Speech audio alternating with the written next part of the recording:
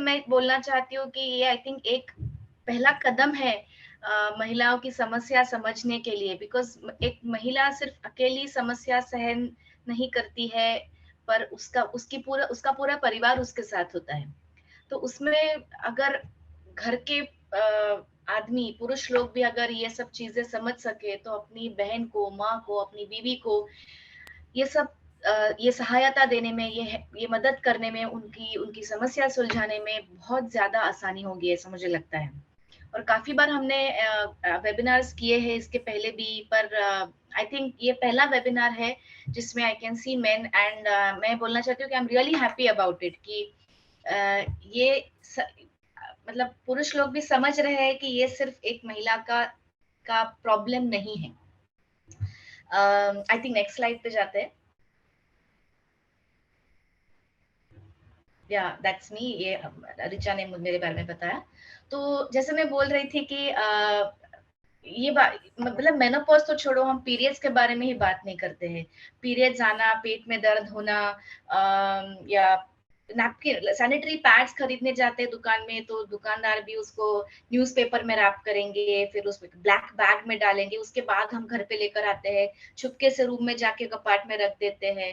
तो इतना बात नहीं करने की जरूरत नहीं है, क्योंकि ये जो समस्या, ये जो चीज है, ये एक नेचुरल प्रोसेस है जो हर महिला को हर महीने में पीरियड्स आते हैं।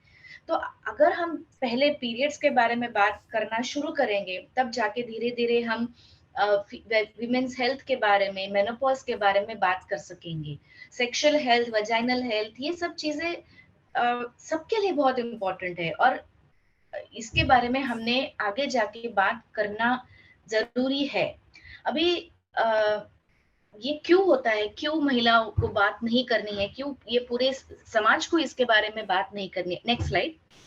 तो हम औरतों को ना बहुत पहले से, नेक्स्ट स्लाइड रिचा, हम औरतों को ना बहुत पहले से ना सहन करने की आदत है, कि बचपन से हमको कहा जाता है कि, द प्रीवियस स्लाइड प्लीज, बचपन से हमको बोला जाता है कि बेटा एडजस्ट कर लो, समझ लो, हो जाता है, सहन कर लो। काफी बार ऐसा भी होता है कि किसी को बात करनी है, कोई महिला को अगर बात भी करनी है तो किन से बात करना है वो समझ नहीं आता, बिकॉज पहले से यही बोला गया है कि बेटा पहले अपनी फैमिली का ध्यान रखो, बच्चों का ध्यान रखो, अपने पति का ध्यान रखो, उसके बाद हम खुद के बारे में सोचते हैं। लेकिन मैं मेरे पेशेंट्स को हमेशा बताती हूँ कि जब आप खुद ठीक नहीं हो तो आप दूसरों की सहायता और दूसरों की का ख्याल कैसे रख सकते हो। तो पहले खुद का ख्याल रखना सीखो, उसके बाद दूसरों का ख्याल रखोगे तो और अच्छे से भी ख्याल रख पाओगे, और आप खुद भी इम्पोर्टेंट हो। ये नहीं है कि आप घर की औरत हो, सबका ध्यान रखना यही आपका काम है। बाकी सबने भी अपना आपका ध्यान रखना, अपने खुद ने आपका ध्यान रखना भी बहुत जरूरी है। और काफी बार ऐसा होता है कि महिलाओं को ये नहीं पता होता है कि ये सब जो मुझे हो रहा है ये किस वजह से हो रहा है। अगर ये हो रहा है, ये मेनोपॉज की वजह से भी हो रहा है, तो ये इसका सॉल्यूशन क्या है, इसका हल क्या है, ये वो काफी बार पता नहीं होता है। मैंने तो ऐसा भी सुना है, काफी औरतें जब डॉक्टर के पास जाती है तो भी उनको यही सुनने को मिलता है कि हाँ ये मेनोपॉज की वजह से हो रहा है, 2-3 साल में चला जाएगा, ठीक हो जाएगा। आपके आजू बाजू जो लोग रहते हैं, हमारे आजू बाजू जो लोग रहते हैं, उनको ये नहीं पता रहता है कि ये समस्या क्या है, तकलीफ क्या है। जबकि मेनोपॉज ये कोई कोई बीमारी नहीं है, ये आपके आपके लाइफ का एक दौर है, और ये दौर गुजरेगा, जरूर गुजरेगा, लेकिन ये दौर खुशी से गुजरे, अच्छे से गुजरे, इसके लिए हमको कोशिश करनी है। Next slide. सो इसके बारे में बात करने से पहले ये समझते हैं तो मेनोपॉज बेसिकली यह है कि जब पीरियड्स आपके शुरू हो जाते हैं, करीबन उम्र 12, 15, 13 साल की उम्र में लड़कियों के पीरियड शुरू हो जाते हैं। हर महीने में पीरियड आता है, मासिक आता है, और अल्टीमेटली एक टाइम ऐसा आता है कि जिस टाइम पे पीरियड्स बंद हो जाते हैं। तो मेडिकली अगर 12 महीनों तक कंटिन्यूअसली पीरियड्स नहीं आ रहे, मतलब 1 साल तक आपको पीरियड्स नहीं आ रहे, तो हम बोलते हैं कि अच्छा इसके बाद अभी मेनोपॉज आ गया है। अभी ये क्यों होता है, मैंने एक एक जगह पे बहुत अच्छे से पढ़ा था कि ये क्यों होता है। अभी मेनोपॉज आता है, तकलीफ होती है, बहुत दिक्कत होती है औरतों को, तो ये कुदरत ने बनाया ही क्यों है। तो अब जब देखोगे कि जब हमको मासिक आती है, तब हर महीने, जब ये अगर आप पिक्चर देखोगे स्लाइड पे कि बीच में जो गर्भाशय है, बाजू में 2 ट्यूब्स है, उसके नीचे 2 ओवरीज है, तो ये ओवरीज है, जो अंडाशय है, उसमें से हर महीने में एक अंडा तैयार होके बाहर आता है। तो हर महीने में अपना शरीर बच्चा पैदा करने की तैयारी में रहता है, और हर महीने के महीने ये तैयारी होते होते एक उम्र ऐसी आती है जिसमें शरीर प्रेगनेंसी को नहीं सहन कर पाएगा, या शरीर प्रेगनेंसी को बेयर नहीं कर पाएगा, ऐसी स्टेज आती है। तो कुदरत ने वो स्टेज ऐसी बनाई है कि जिस स्टेज के आगे वो स्त्री एक प्रेगनेंसी कैरी नहीं कर पाएगी, उस समय पे वो अंडाशय से अंडा बनना, ओवम बनना ही बंद हो जाता है। सो प्रोबेबली कुदरत का ये रीजन है कि जिसके वजह से ये पीरियड शुरू होते हैं और बंद हो जाते हैं। अभी ये जो पीरियड्स बंद हो जाते हैं, ये कब होते हैं ये हम जरूर देखेंगे। पर जिस समय पे बंद होते हैं, उस समय पे जो अंडाशय में, जो जब हम पैदा होते हैं, अपने अंडाशय में करोड़ों अंडे रहते हैं, धीरे धीरे धीरे करके वो खत्म होते हैं। एंड जिस टाइम पे वो खत्म हो जाते हैं, उस टाइम पे हमको मेनोपॉज आता है। अभी ये जो ओवरीज है, अंडाशय है, वो हर महीने अंडे के साथ एक हार्मोन सिक्रेट करते हैं जिसका नाम ईस्ट्रोजन है। अभी ईस्ट्रोजन की कमी होने की वजह से ये जो मेनोपॉज में जो दिक्कतें आती है, वो उसके वजह से आती है कि ईस्ट्रोजन और बाकी हॉर्मोन्स है उसमें उसका उसका लेवल कम हो जाता है। अभी नेक्स्ट स्लाइड। अभी जैसे मैंने बोला कि हम देखेंगे ये कब होता है, कि जैसे एक टाइम के आगे एक एक स्त्री माँ बनने के उसका बॉडी माँ बनने के काबिल नहीं रहता है। तो typically all over the world महिलाओं का एक एवरेज एज जिसमें मेनोपॉज आता है वो 51 साल है। इंडिया में ऐसा देखा गया है कि जो भी स्टडीज हमने कंडक्ट किए हैं, उसमें ऐसा देखा गया है कि इंडियन औरतों का ये मेनोपॉज आने का समय 46 ईयर्स है। अभी वो क्यों कम है ये हम नहीं जानते हैं, लेकिन मेनोपॉज काफी चीजों पे डिपेंड करता है, फैक्टर्स पे डिपेंड करता है, जैसे कि हेरिडिटी, मतलब जब आपकी माँ को उसका मेनोपॉज आया था, आपकी बड़ी बहन को जब आया था, उस समय पे करीबन आपको उस समय के करीब आपको भी मेनोपॉज आ सकता है। लाइफस्टाइल पे डिपेंड करता है, आप क्या खाते हो, एक्सरसाइज करते हो नहीं करते हो, स्ट्रेस लेवल कितना है, आप आपका जीवन शैली कैसी है, कोई एडिक्शन है क्या, तंबाकू का एडिक्शन है, काफी औरतों को होता है, मशेरी लगाते हैं, तो ये सब चीजों की वजह से मेनोपॉज का जो टाइम है वो उसके ऊपर डिपेंड करता है। अभी ये सब तो ठीक है, लेकिन मेनोपॉज ये एक फेज है लाइफ का, तो इसके बारे में नेक्स्ट स्लाइड, उसके बारे में हमको बात ही क्यों करना जरूरी क्यों है। तो जैसे अगर आप ये ग्राफ देखेंगे, तो ये ग्राफ में नीचे एक्स एक्सिस पे साल दिया है, वाई एक्सिस पे उम्र दी है। तो ये बेसिकली लाइफ एक्सपेक्टेंसी का ग्राफ है, कि आप देखोगे 1900s में लाइफ एक्सपेक्टेंसी क्या थी। 40-50 की उम्र तक आदमी जिंदा रह पाता था, तो अरे वाह बहुत जी लिया, ऐसे बोलते थे, क्योंकि उस समय पे बीमारी इतनी ज्यादा थी। बीमारी को एड्रेस करने के लिए, बीमारी के क्या बोलते हैं, अ, मतलब उसका उसका ट्रीटमेंट अपने पास अवेलेबल नहीं था, तो लाइफ एक्सपेक्टेंसी इंसान की बहुत कम थी। अभी आज के इस दौर में आप देखोगे, इंसान आराम से 80-90-100 साल तक भी जीते हैं। और मेनोपॉज कब आता है, 46 एवरेज एज है। 46 मतलब 46 आएगा, 48 पे आएगा आपको, या 50 पे आ सकता है, 44 पे आ सकता है। तो अगर आप देखोगे 80-90 ईयर्स के लाइफ में आपका 1/3 लाइफ, एक तृतीयांश जीवन आप मेनोपॉज में बिताओगे। 1/3 टाइप जो लाइफ जिसमें आप बिता रहे हो, जिस फेज में बिता रहे हो, वो पूरा फेज आपको परेशानी में, दिक्कतों में नहीं बिताना है। इनफैक्ट मेरे एक पेशेंट ने ही बोला था कि ये मेरे गोल्डन ईयर्स है, मुझे इसमें एंजॉय करना है, मैंने बहुत पढ़ लिया, काम कर लिया, सबका ख्याल रख दिया, अब ये मेरा टाइम है, मेरे लिए ये मेरा समय है, तो मुझे इसमें खुश रहना है, मुझे इसमें परेशानी में नहीं रहना है। तो ये जो जिस इसके लिए मेनोपॉज के बारे में बात करना जरूरी है, कि 1/3 लाइफ आप उसमें बिता रहे हो, तो वो सब परेशानियों में, दिक्कतों में क्यों बिताना है।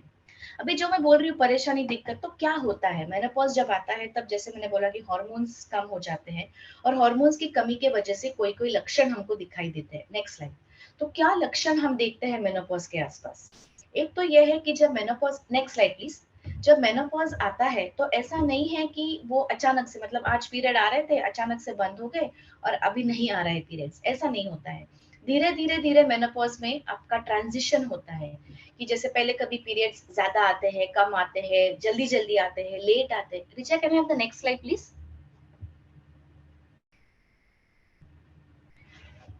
या सो धीरे जो पीरियड्स में बदलाव आता है, तो ये पीरियड्स का प्रॉब्लम आ सकता है आपको, साथ साथ पीरियड्स के आजू बाजू के, मतलब पीरियड्स के प्रॉब्लम आते हैं, उसके साथ ही बाकी बहुत सारी चीजों चीजों की समस्याएं आ सकती है, जैसे कि मूड स्विंग्स होते हैं, कि अच्छा नहीं लग रहा है, दुखी लग रहा है, अचानक रोने रोने जैसा लगता है, छोटी छोटी बातों पे गुस्सा आता है।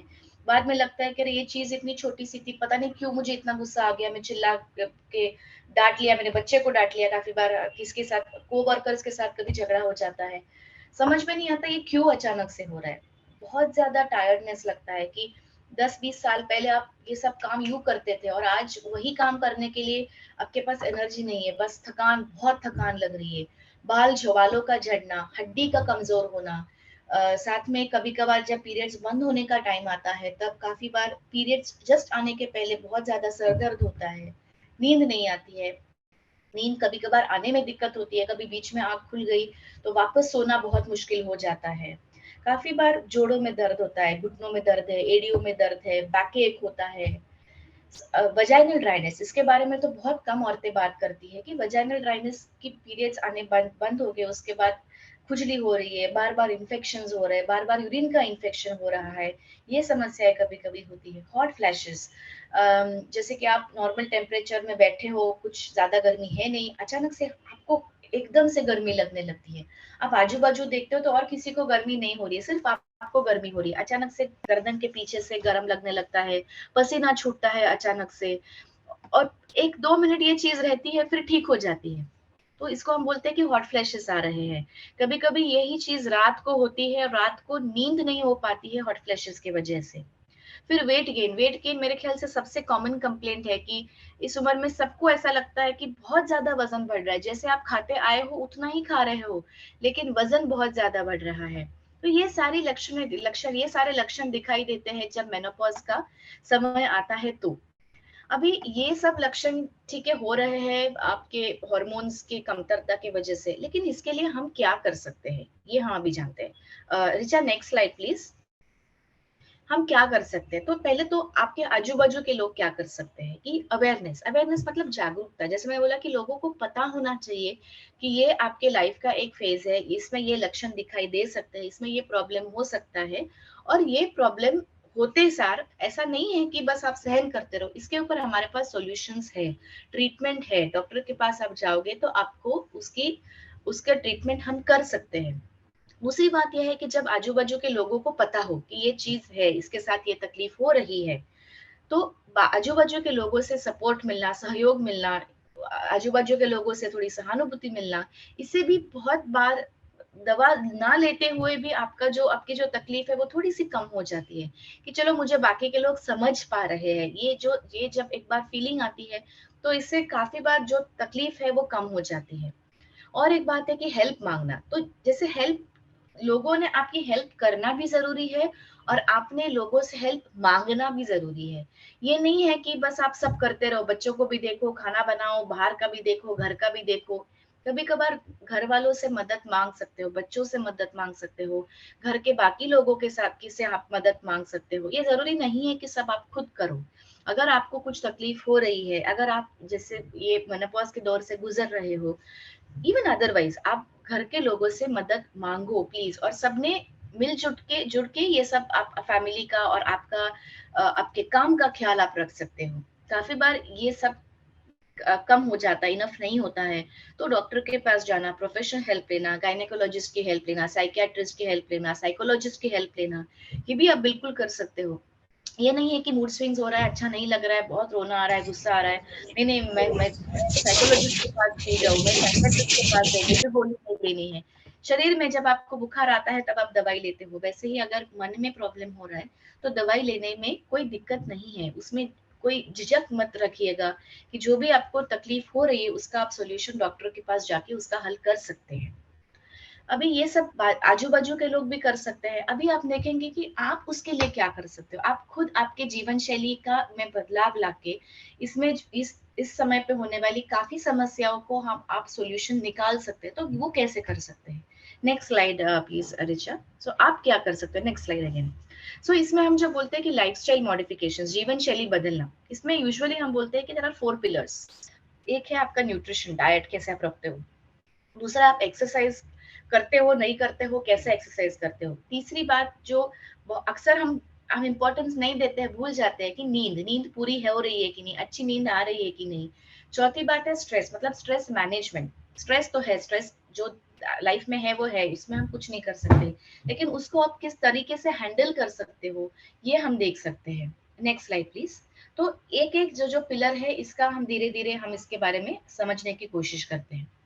तो पहली बात है कि न्यूट्रिशन। तो काफी बार औरतों को ऐसा होता है कि बहुत वजन इस समय पे बढ़ जाता है, पता नहीं चलता क्यों। मैं जैसे वो बोलते हैं कि जो मैं पहले से खा रही थी वही मैं खा रही हूँ, लेकिन अगर आप देखोगे तो अभी बहुत वजन बढ़ रहा है, वही उसी चीज से बहुत ज्यादा, वही खाने से वजन बहुत ज्यादा बढ़ रहा है। तो इसमें आप ये समझो कि इस समय पे आपका मेटाबॉलिज्म चेंज हो रहा है, बॉडी में हॉर्मोन्स के चेंज के वजह से मेटाबॉलिज्म में चेंज हो रहा है, और ये मेटाबॉलिज्म स्लो हो जाता है, जिसके वजह से आप नॉर्मली भी जो खाते आ रहे हो उस वही खाने के खाते हुए भी आपका वजन बढ़ता है because of the slow metabolism. तो काफी बार थोड़े बहुत बदलाव लाने पड़ते हैं आपके खाने में, जिसके वजह से ये छोटे से बदलाव से भी काफी बार बहुत आपको चेंज दिख सकता है आपके वेट में और आपके हेल्थ में भी। तो पहली बात तो ये है कि जब आप डाइट के बारे में बात करो तो बैलेंस डाइट आपने लेना है। लकीली हम इंडियंस के लिए अपना पहले से जो रूटीन डाइट है वो बहुत ज्यादा बैलेंस डाइट है। हम जो रोटी सब्जी दाल चावल ये जो खाते हैं ये ऑलरेडी अपने आप से एक बैलेंस डाइट है, लेकिन आज के दौर में we are in a hurry, time नहीं रहता है खाने के लिए, जल्दी जल्दी में खाना खाते हैं, उतना बनाने के लिए समय नहीं रहता है, खाना बनाया तो भी खाने के लिए टाइम नहीं है, तो जल्दी में भूख बहुत लग गई बाहर जाके बड़ा पाव खा लिया, ये बहुत बार होता है। तो ऐसे ऐसे टाइम में ये आपको ये जानना जरूरी है कि न्यूट्रिशन और डाइट आपके पूरे शरीर पे उसका बहुत ज्यादा इम्पोर्टेंस है।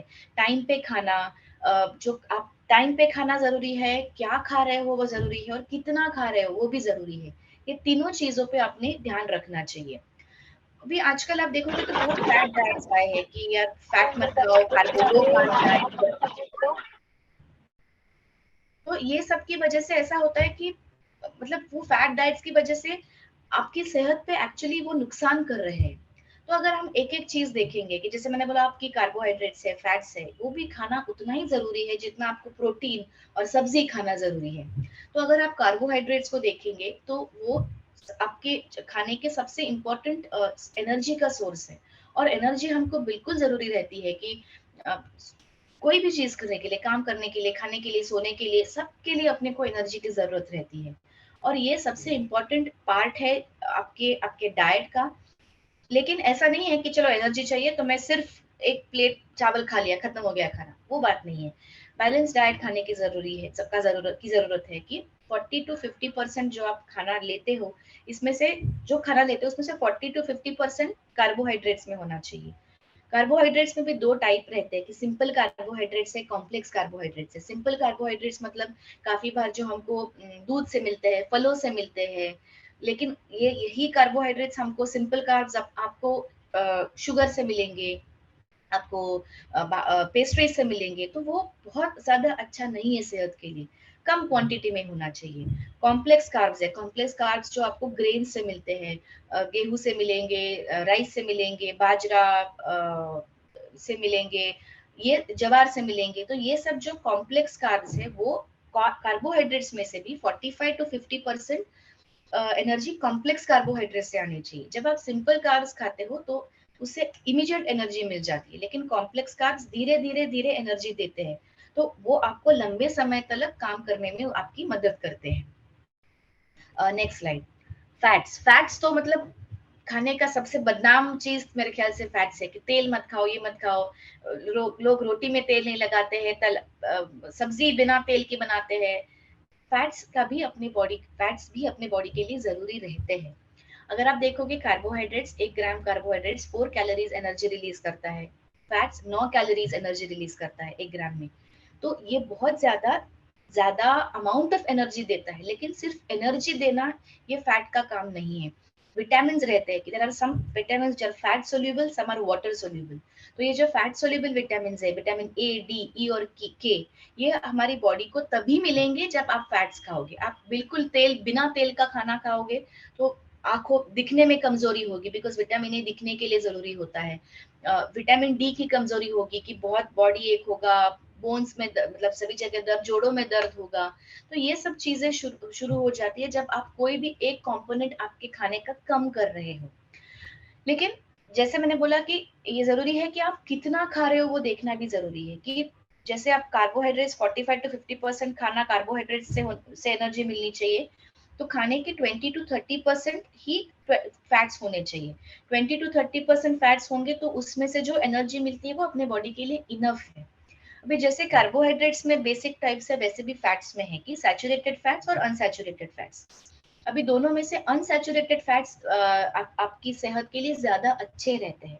ऐसा नहीं है कि कोई एक जो फूड स्टफ है उसमें सिर्फ सैचुरेटेड है, इसमें सिर्फ अनसैचुरेटेड है, ऐसा नहीं होता। लेकिन कोई कोई फूड स्टफ्स होते हैं जैसे कि नट्स है, मतलब आपके सींगदाना है, या बादाम है, अखरोट है, मच्छी है, ये सब में से आपको अनसैचुरेटेड फैट्स मिलते हैं जो सेहत के लिए ज्यादा अच्छे रहते हैं। सीड्स है, तल के सीड्स है, जो आजकल पंपकिन सीड्स, वाटरमेलन सीड्स, बहुत सारे सीड्स मिलते हैं। ये सीड्स, ये सबसे फ्लैक्स सीड्स है, जिसको जबस बोलते हैं मेरे ख्याल से। तो ये सब के से आपको अनसैचुरेटेड फैट्स मिलते हैं जो शरीर के लिए आवश्यक होते हैं।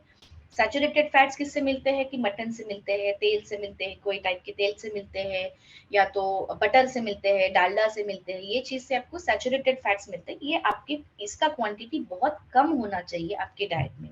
अनसैचुरेटेड फैट्स ज्यादा होने चाहिए, जिससे आपको जिससे आपके शरीर को नुकसान नहीं पहुंचना है, लेकिन बल्कि it is useful for your body. उसके बाद हम देखेंगे कि proteins. Proteins, next slide. So proteins, मेरे ख्याल से हम सब जानते हैं कि प्रोटीन्स खाना जरूरी है, मसल के लिए जरूरी रहता है। तो मेनोपॉज के टाइम पे इसका इम्पोर्टेंस क्या है, कि मेनोपॉज के टाइम पे जैसे आपका आपका हड्डी आपकी कमजोर होती जाती है, वैसे मसल्स भी कमजोर होते हैं। तो उस समय मसल्स कमजोर जब होते हैं तब आप हमको प्रोटीन्स खाने की जरूरत रहती है। तो इससे आपके मसल्स अच्छे बनते हैं। सिर्फ मसल्स के लिए प्रोटीन्स की जरूरत नहीं है, लेकिन हमारे ब्रेन की एक्टिविटी के लिए, कि काफी बार भूल जाते हैं, मेमोरी लॉस होता है, जिसको याद नहीं आता है। तो ये सब चीजों में आपका, आपके काम में भी आपका, आपकी एफिशिएंसी बढ़ाने के लिए proteins are useful, because they help your cognitive enhancement, की जैसे जो आप काम कर रहे हो वो भी आप काम कम समय में अच्छा काम कर पाओगे। तो ये ब्रेन के लिए भी प्रोटीन्स बहुत जरूरी होते हैं। Next slide. उसके बाद आते हैं विटामिन मिनरल्स। तो जैसे आप वो पिक्चर में देख रहे हैं कि वो टोकरी में सब सब्जियां लेके जा रही है, तो ये सब सब्जियों में अलग अलग टाइप्स के विटामिन रहते हैं, मिनरल्स रहते हैं, जो हमको सब जरूरी होते हैं। कि विटामिन आप बोलेंगे, हम बोलेंगे तो ए विटामिन है, बी बी कॉम्प्लेक्स है, सी विटामिन, डी, ई, के, ये सब हमको तरकारियों से, सब्जियों से मिलते हैं। उसी पे मिनरल्स रहते हैं। कैल्शियम के बारे में हम बहुत सुनते हैं कि कैल्शियम होना चाहिए क्योंकि हड्डी कमजोर होती है, हड्डी के लिए कैल्शियम लेना चाहिए। लेकिन कैल्शियम के साथ मैग्नीशियम, आयरन, जिंक, सेलेनियम, ये बाकी सारे मिनरल्स भी रहते हैं। वो कहाँ से, कौन सी तरकारी से क्या मिलता है, ये अपने लिए इम्पोर्टेंट नहीं है।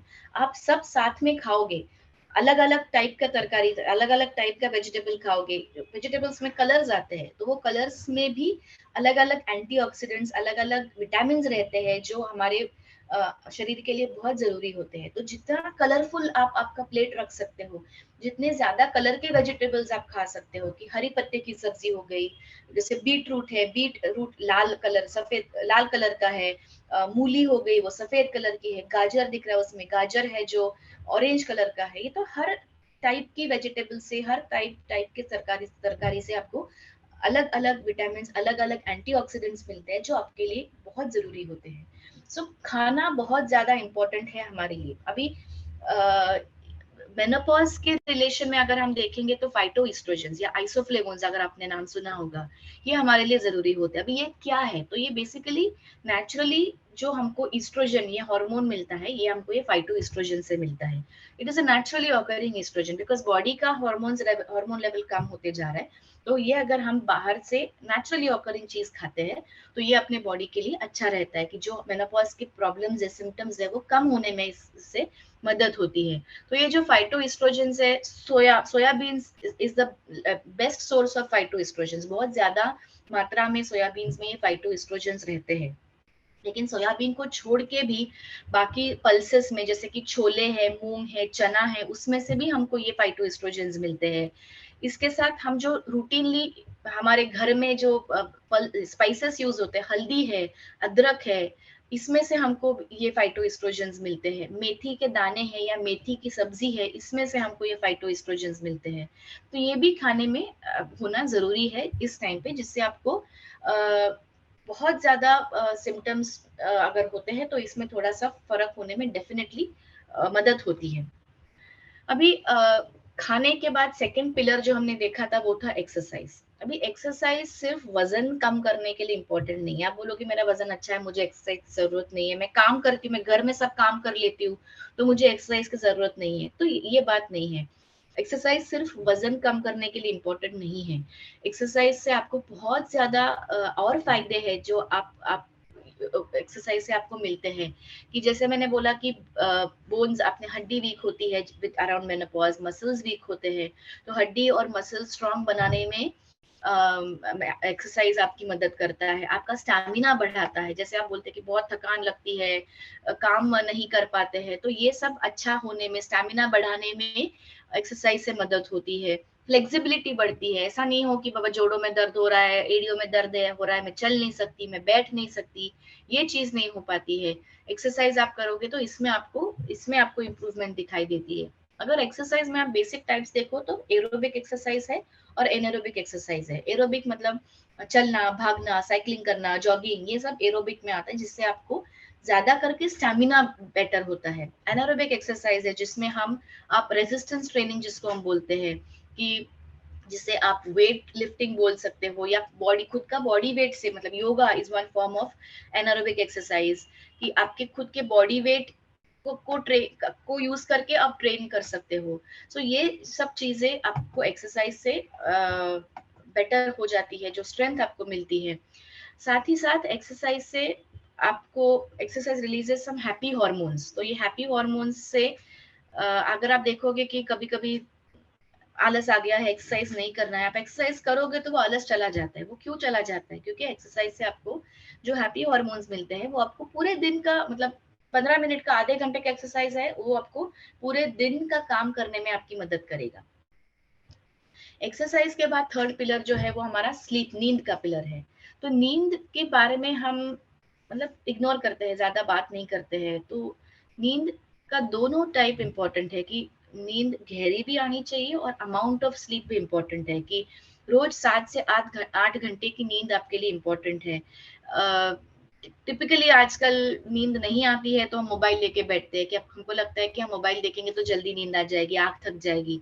लेकिन एक्चुअली होता है उल्टा, कि मोबाइल से जो, या स्क्रीन से जो ब्लू लाइट आती है, वो हमारे ब्रेन को एक्चुअली उत्तेजित करती है, और वो उत्तेजित करने की वजह से भले नींद आ जाएगी, बिकॉज आपकी आंख थक जाएगी, लेकिन वो नींद गहरी नींद नहीं रहती है, उसकी क्वालिटी अच्छी नहीं रहती है। अगर नींद अच्छी क्वालिटी की नहीं है तो आप जब सुबह उठोगे तो फ्रेश नहीं लगता है। अगर अच्छी नींद आएगी, इनफ क्वांटिटी, अमाउंट ऑफ नींद आप लोगे, तो दूसरे दिन जब सुबह में आप उठोगे तो पूरा दिन आपका फ्रेश जाता है। नींद पूरी नहीं होती है तो वो पूरा दिन फ्रेश नहीं जाता है। जैसे हमने खाने के बारे में बात किया कि इंडियन डाइट ऑलरेडी बहुत ज्यादा बैलेंस्ड है, वैसे ही हमारे पुरखों ने जो बताया है कि जल्दी सो जाओ, जैसे सूर्यास्त के बाद खाना मत खाओ, जल्दी सो जाओ, सूर्योदय के समय पे उठो, ये सब चीजें अपनी बॉडी क्लॉक को रिदम में लाती है। और ये बॉडी क्लॉक को रिदम में लाके जो जो प्रॉपर नींद आएगी, एक्सरसाइज भी आप कर पाओगे, तो इससे आपकी सेहत को बहुत ज्यादा फायदा होता है। फोर्थ जो लास्ट पिलर है वो अपना स्ट्रेस का पिलर है। तो स्ट्रेस, जैसे मैंने बोला, सबके लाइफ में स्ट्रेस है, स्ट्रेस तो चला नहीं जा सकता है, लेकिन स्ट्रेस के साथ हम कैसे डील कर सकते हैं, उसको स्ट्रेस मैनेजमेंट कैसे कर सकते हैं, ये इसके बारे में हम देख सकते हैं। कि एक तो है कि चलो प्राणायाम कर लिया, मेडिटेशन कर लिया, वो एक बात हुई। सेकेंड बात ये भी है कि कुछ तो आपकी हॉबी है, जो आपको चीज पसंद है करने की, उसमें आप 15-20 मिनट एटलीस्ट दिन के स्पेंड करो। कि जो भी है, आपको गाना गाना पसंद है, गाना सुनना पसंद है, पेंटिंग, ड्राइंग, गार्डनिंग आपको करना है, खाना बनाना पसंद है, कोई आज नई चीज आपने बना ली खाने में, तो ये हॉबी को फॉलो करना बहुत जरूरी है। क्योंकि वो आपको जो जो मेंटल कामनेस मिलता है ये हॉबी फॉलो करने से, ये आपकी स्ट्रेस लेवल को बहुत कम करने में बहुत इससे मदद होती है। तो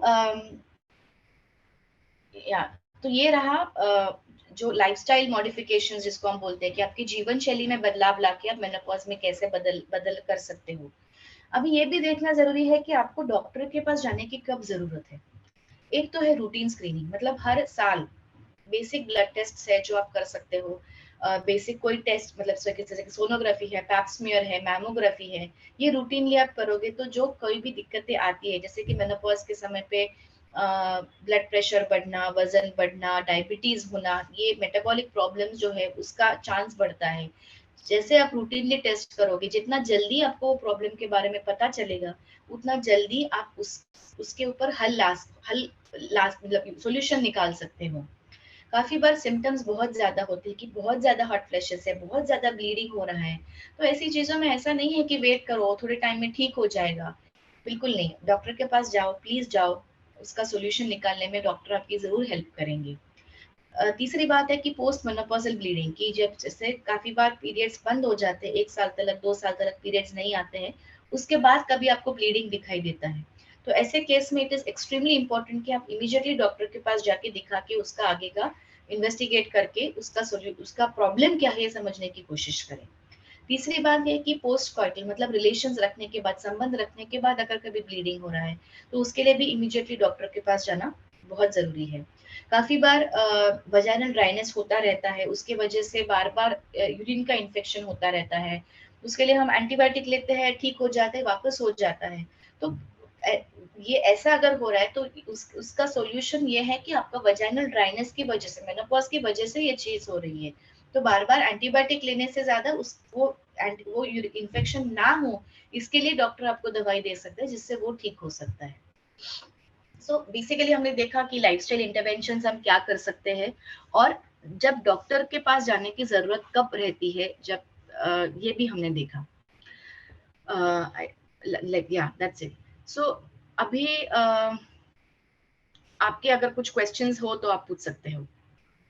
thank you so much doctor Ramya share करने के लिए, एंड आई होप आप लोगों को कुछ बेसिक चीजें समझ में आई हों, और काफी चीजें हमारी ऐप पे भी हैं, फ्री में आप जाके अपने सिम्टम्स को ट्रैक कर सकते हैं।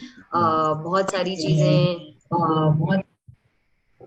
बहुत सारी चीजें हैं जो कि जिनका मतलब जैसे हॉट फ्लैशेस हमें समझ नहीं आता कि क्या होता है, तो हर चीज के बारे में समझाया गया है। आप जब भी गूगल करोगे तो और कंफ्यूजन हो जाता है, कभी कभी कोई कुछ बोलता है गूगल पे, कोई कुछ बोलता है, इसीलिए हमने एक ऐसा प्लेटफॉर्म बनाया है जहाँ पे महिलाएं जाकर हर चीज का एक डेफिनेशन है उसको समझ सकें, और समझ सकें कि उनके सिम्टम्स क्या हैं। तो हमारी एक कम्युनिटी भी है फेसबुक पे, वो आप ज्वाइन कर सकते हैं।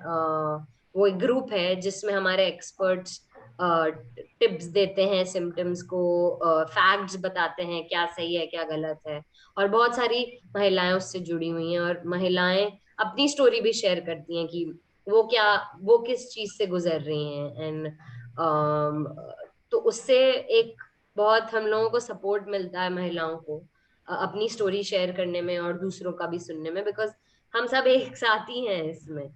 तो वो भी आप लोग ज्वाइन कर सकते हैं, and yeah I think we can take questions now. So yeah I think Richa, जो क्वेश्चंस आप हमको आए थे वो एक बार we'll go through that if I have been able to answer all of those questions. Sure. Yeah मेरा question है, जी मैं जी बोलिए। डाक से हूँ। हमारे यहाँ ज्यादातर महिलाएं ऐसी होती हैं कि इनको पीरियड नहीं आते हैं, तो उसके बाद उनके बच्चे भी नहीं होते, तो 1 साल 2 साल 3 साल ऐसे भी हो जाते हैं कि पीरियड नहीं आते हैं सर। तो बहुत सारी दिक्कतें आती हैं, इसी साल में एक बार आते हैं उसके बाद नहीं आता है, तो ऐसे सारे बहुत प्रश्न केसेस है हमारे पास है सर। तो उनका उम्र उम्र क्या होगी, ऐसे ऐसे लोग, ऐसे औरतों की? 35 या फिर उससे कम, 28 से 35 या 36 है, ओके। इतने तो साल होते। इसको हम बोलते हैं, काफी बार अगर टेस्ट करेंगे तो पता चलता है कि ओव्यूलेशन, जो मैंने बताया कि अंडाशय से हर महीने अंडा निकलता है, वैसे कभी कभार नहीं हो पाता है, और उसके वजह से ये प्रॉब्लम आ सकता है। उसके लिए काफी काफी बार कोई थोड़े टेस्ट करके दवाई अगर हम चालू करेंगे तो इससे उसको मतलब उसका सोल्यूशन हम निकाल सकते हैं। खर्चा कितना होगा ऐसा? सॉरी, उसका खर्चा कितना होगा हॉस्पिटल का, ऐसा जो दवाई हम लेते हैं उसका खर्चा कितना होगा? वो डिपेंड करेगा कि उनको क्या तकलीफ, प्रॉब्लम क्या है, और उसके ऊपर हम बोल सकते हैं कि क्या उसका खर्चा हो सकता है। ऐसे पेशेंट को बिना देखे बोलना बहुत मुश्किल है। हर चीज का एक प्रॉपर डायग्नोसिस होता है, क्योंकि आपका जो शरीर है वो किसी और से अलग है, आपके जो सिम्टम्स हैं वो किसी और से एकदम अलग होंगे।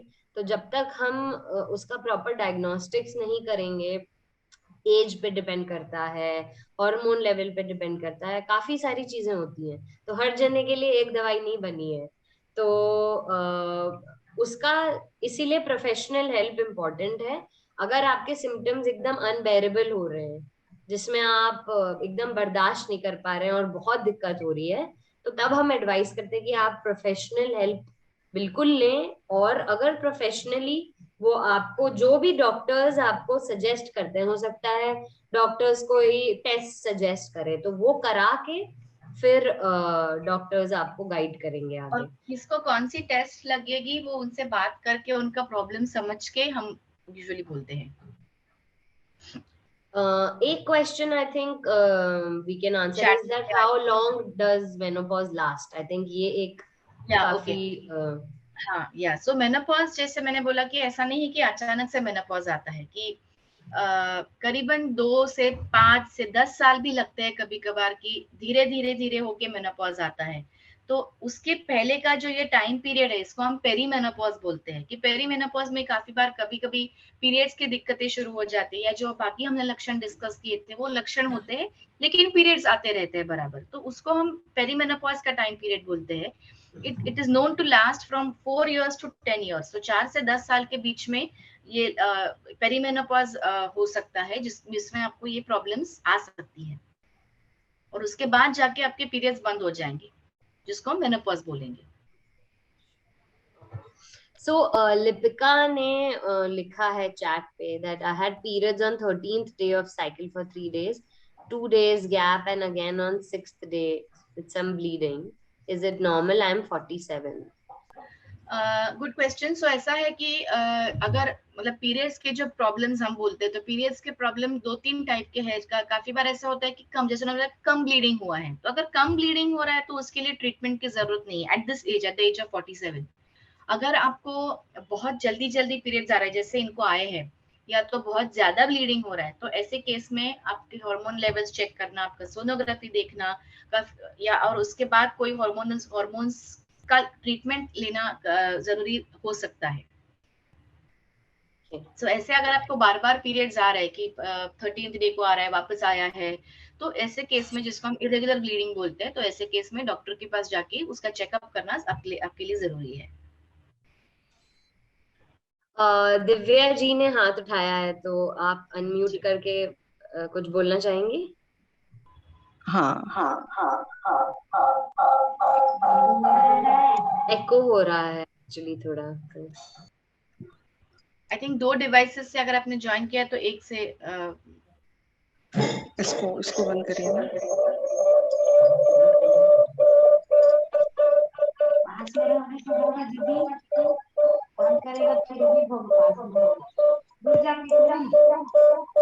बाहर जाके आपका एक्चुअली थोड़ा एको कर रहा है दिव्या जी। मैं बाहर आ रही हाँ, हूँ। अच्छा, ओके। हेलो डॉक्टर मिया, मेरा नाम दिव्या है, मैं बिलासपुर छत्तीसगढ़ से हूँ और पेशे से एडवोकेट हूँ। मैंने ही साथी जो जेंट्स हमारे साथ हैं उनको जोड़ा था, वही सोच जो आपने बताया उसी हिसाब से था। मेरी एज 51 है। लगभग मेरे पीरियड्स बंद हो गए हैं अभी लॉकडाउन के समय से ही, लगभग 1.5 साल हो गया। दिक्कत ये आ रही जो आपने कहा कि एक तो बहुत मतलब 1.5 साल से ही जब ये मोनोपॉज लास्ट स्टेज चल रहा था, मतलब ब्लीडिंग बंद होने के लास्ट स्टेज चल रहा था, उस समय से मेरे को बहुत ज्यादा पसीना आता है। मेरे को पहले कभी पसीना आता नहीं था, मैं कितना सिंथेटिक कपड़ा पहन लूं मुझे कभी पसीना नहीं आया। फिलहाल ये कंडीशन है कि मैं कोर्ट में रहती हूँ, कोट भी पहने रहती हूँ, मतलब 2-2 3-3 कपड़े वैसे हम पहनते हैं, और ऊपर से इतना पसीना आता है कि मैं कंटिन्यूस ऐसा ऐसा मतलब पूरा गीली हो जाती हूँ, सिर से लेकर पैर तक पूरी गीली हो जाती हूँ। तो ये कब तक खत्म होगा, एक ये सवाल है। मेरे 3-4 सवाल है एक्चुअली, तो एक एक करके हम ले लें। ओके ओके, तो पहले इसके बारे में बात करती हूँ। जो आपको हो रहा है उसको हम हॉट फ्लैशेस बोल सकते हैं। अभी जो हॉट फ्लैशेस है वो वापस ईस्ट्रोजन की कमतरता से होते हैं, बिकॉज हमारी बॉडी का जो टेम्परेचर रेगुलेशन सेंटर रहता है अपने ब्रेन में, उसके ऊपर ईस्ट्रोजन का प्रभाव रहता है, और ईस्ट्रोजन की कमी से ये आपको हो सकता है। अभी बेसिक अगर आप सॉल्यूशंस बोलेंगे तो इसमें हम बोलते हैं कि कॉटन के कपड़े पहनो, हो सके जितना फैन के नीचे या कूल एनवायरनमेंट में आप रहने की कोशिश करो। जो गर्म, जहाँ पे आपको पता है कि जैसे मार्केट में जा रहे हो या ऐसी कोई रूम में है जहाँ पे फैन नहीं है, तो वहां पे जितना हो सके उतना कम जाओ। साथ में नैपकिन रखो। आजकल वेट वाइप्स आते हैं, वेट वाइप से आप थोड़ा सा you can feel more cool. वो स्प्रेज आते हैं, साथ नॉर्मल पानी का स्प्रे आप करके थोड़ा सा अपने आपको कूल लगने में आप हेल्प करा सकते हो। लेकिन दिव्या जी, जैसे आपने बोला कि आप अभी कोर्ट में जाना है, कोट पहनना है, ये सब चीजें आपके लिए अनअवॉइडेबल है, तो ऐसे केसेस में आप, हमारे पास मेडिसिन है जो हम आपके लिए चालू कर सकते हैं। ऑफ कोर्स मेडिसिन चालू करने से पहले थोड़ा बहुत ब्लड टेस्ट या बाकी हिस्ट्री आपका लेना हमारे लिए जरूरी रहता है। लेकिन ऐसे केस में जहाँ पे आपको बहुत तकलीफ हो रही है, उसमें हम डेफिनेटली आई वुड एडवाइज कि आप डॉक्टर की हेल्प लेके मेडिसिन चालू करिए। बट अदरवाइज अगर ये प्रॉब्लम्स नहीं है, मतलब ऐसा ये अनअवॉइडेबल सिचुएशन नहीं है, तो इसमें हम बोलते हैं कॉटन के कपड़े पहनना, थोड़े लूज कपड़े पहनना, ये सब से आपको इम्प्रूवमेंट आपको मिल सकता है। ये कब तक रहेगा, कुछ ऐसा मतलब कब कब तक तक रहेगा ठीक ये? So usually typically this last around 6 months पहले से to 2 years after your menopause. But जैसे अभी ऋचा जी ने बोला कि सबका शरीर अलग है, तो ये एवरेज है कि चलो 6 महीने पहले से 2 साल तक रहेगा, लेकिन आपका सिर्फ 1 साल भी रह सकता है, 1.5 साल भी रह सकता है, 3 साल भी रह सकता है। इसलिए मैं ये बोलना चाहती हूँ कि 2 साल रहेगा तो चलो मैं सहन कर लेती हूँ, ऐसा मत करो। इसके लिए सॉल्यूशंस है, थोड़ा टाइम तक दवाई लेना पड़ेगा शायद, तो उसका लाभ उठाओ। तो गायनो को दिखाऊं फाइनली? यस। ठीक। दूसरा ये है कि जब से ये मेनोपॉज आया, अभी 1.5 साल से मैं फील कर रही हूँ कि मेरे पूरे चेहरे से लेकर हाथ में, गले में तिल आ गए हैं, बहुत बारीक बारीक। पहले मोल्स जैसे आए, और मैंने डॉक्टर को दिखाया भी, पर उन्होंने यही कहा, मैंने एमडी को दिखाया तो उन्होंने यही कहा कि ये मोनोपॉज की वजह से ही है। तो होता पूरे है। चेहरे में तिल, गले में तिल, तो ये जाएगा नहीं क्या? जाएगा नहीं, उसके लिए ट्रीटमेंट करके वो निकालना पड़ता है, लेकिन मेनोपॉज के टाइम पे ये चेंजेस स्किन में हो सकते हैं। मतलब ये परमानेंटली आ गया? परमानेंटली है, अगर वो ऐसे मोल्स, बाहर वाले मोल्स है, तो हम उसको छोटी सी ट्रीटमेंट से निकाल सकते हैं। नहीं, बहुत बारीक है, बहुत बारीक हाँ, घमूरी जैसा है, पर बाद में वो ब्लैकिश हो जा रहा है पूरा, यस मतलब यस, बहुत बारीक बारीक है, लेकिन फेस पे पास से देखोगे तो महसूस हाँ, होता है कि चेहरा पहले जैसा नहीं रहा। नहीं रहा है, ये अगेन चेंजेस स्किन में होते हैं। हाँ दिव्या जी, देखिए बॉडी में बहुत सारे चेंजेस होते हैं, लेकिन हर जने का स्पेशलाइजेशन अलग है।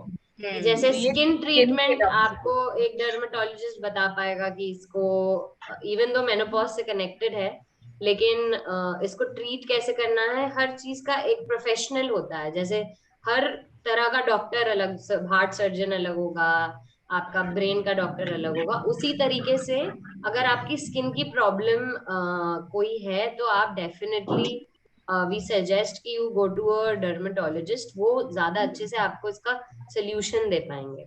और हमारे ऐप में भी अगेन, अगर आप चाहें तो स्किन से रिलेटेड और हेयर फॉल से रिलेटेड काफी समस्याएं होती हैं, तो वो भी आप चेकआउट कर सकते हो। राइट।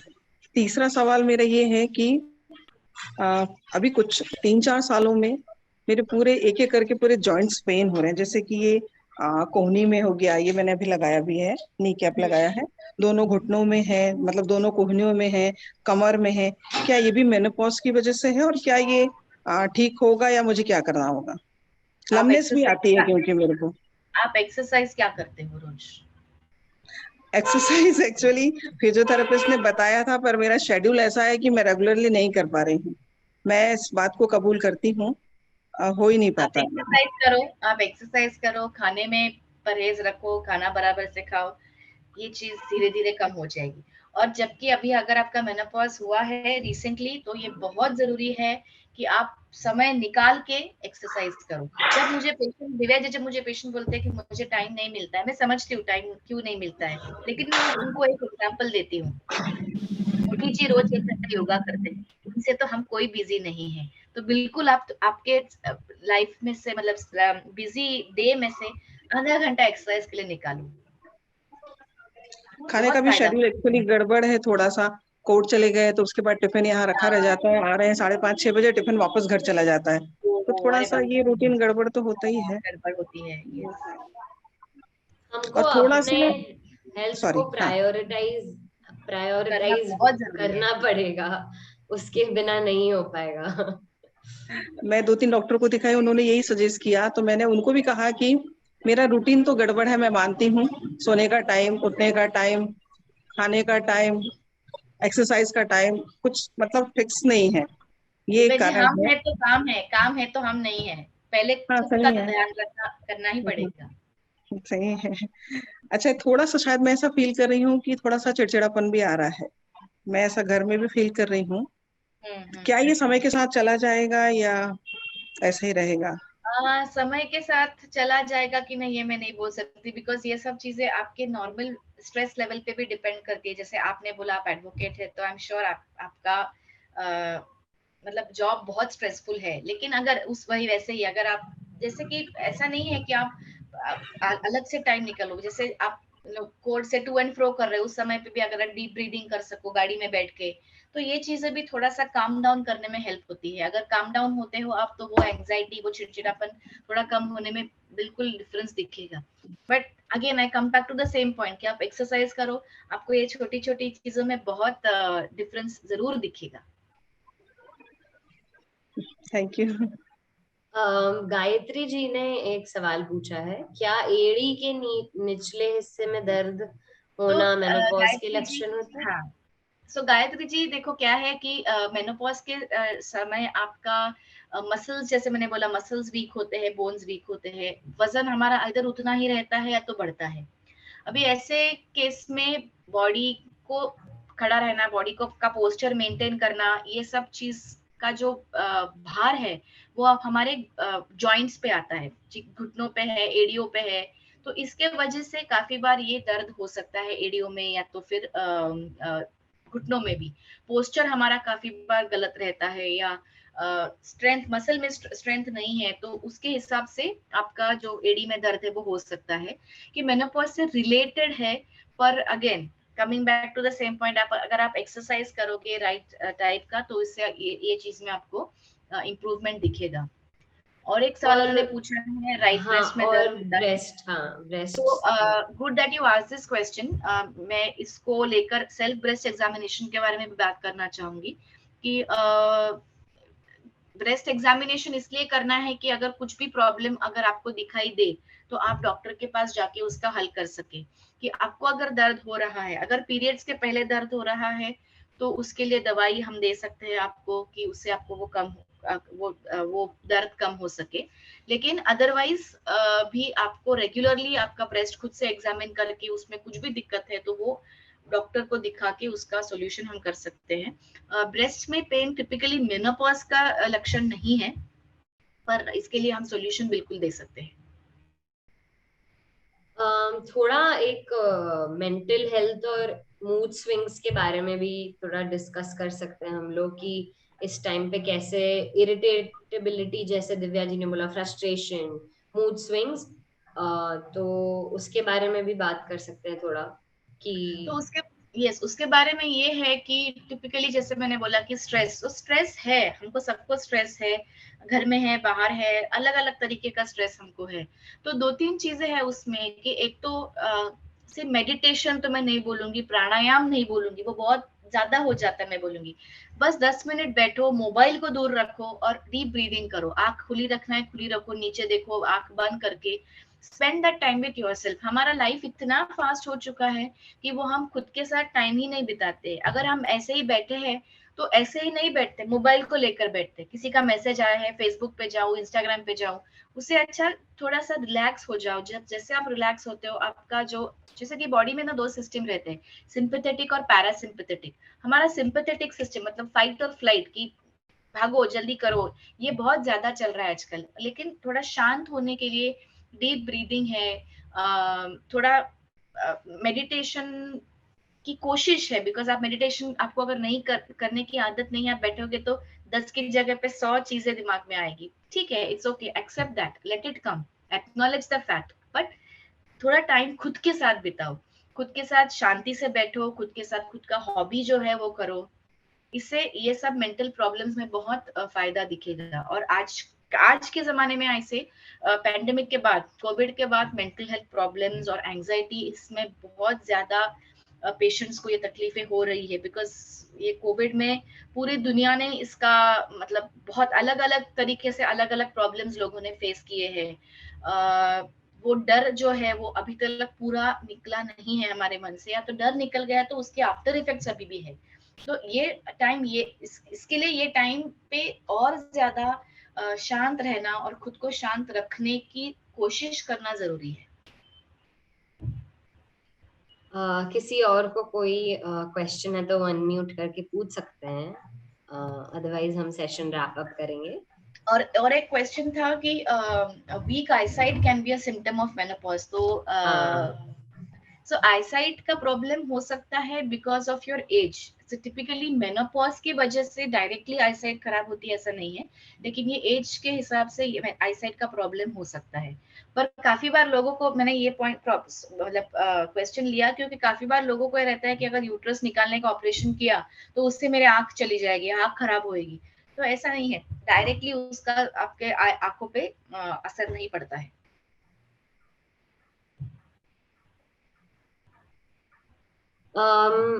और किसी को कोई भी क्वेश्चन अगर आप लोगों को, वैसे भी मैं मतलब हमारे ऐप पे अगर आप जाएंगे तो बहुत सारी चीजें वेट गेन से रिलेटेड, योगा, न्यूट्रिशन, जिस भी सिम्टम के बारे में हमने बात करी है, फ्री इंफॉर्मेशन आपको वहाँ अवेलेबल है एक जगह पे। तो प्लीज आप जा सकते हैं और हमारी कम्युनिटी भी ज्वाइन कर सकते हैं।